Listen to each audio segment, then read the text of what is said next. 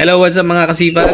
Share ko lang sa inyo base sa aking experience kung paano kayo magsuot ng sinulid sa portraits pag nagkaroon ng aberya. So tara, panoorin nyo hanggang dulo yung video para malaman nyo at magkaroon kayo ng idea. Hello, what's up mga kasipag, mga kasower? Ito nga pala, share ko lang sa inyo. Ano ba, base sa aking experience, sa inyong experience na rin, bigyan ko kayo ng tips. Pag natanggal yung inyong sinulid sa portraits, meron kasing mga way yan kung saan siya nakasulot dapat. So ayan, 4 na sinulid po yan guys.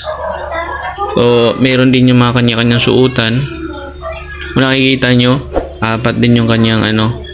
So no, ganito talaga kahit na gano'ng pa ano yan, madudumihan din talaga. Ayan, ito katulad nito, meron siya, may mga way siya kung saan siya dapat nakasuot. Ayan. Ito guys, medyo madumi na nga. Nililinis ko nga isa-isa. Ayan o. Katulad nito, hindi siya nakashoot. So, kailangan kasi nakashoot dito yan para hindi magkaroon ng aberya. Pag di nakasuot dito yan, magkakaroon talaga ng aberya yan. Ngayon, kailangan nakasuot dito yan sa pinaka daanan ng sinulid. So, yan guys. Nag-aging kasi kahapon yung misis ko.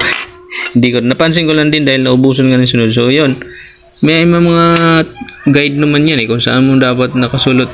Yun po. Ito yung pinaka-loper niya. Yan, yung mga suutan po yan.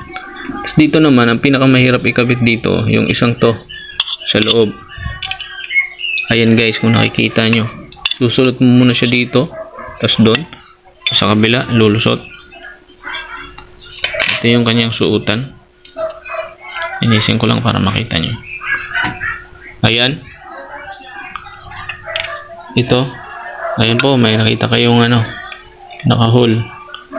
Yan, tapos pag naisuot dito, dudukutin naman dito sa ilalim.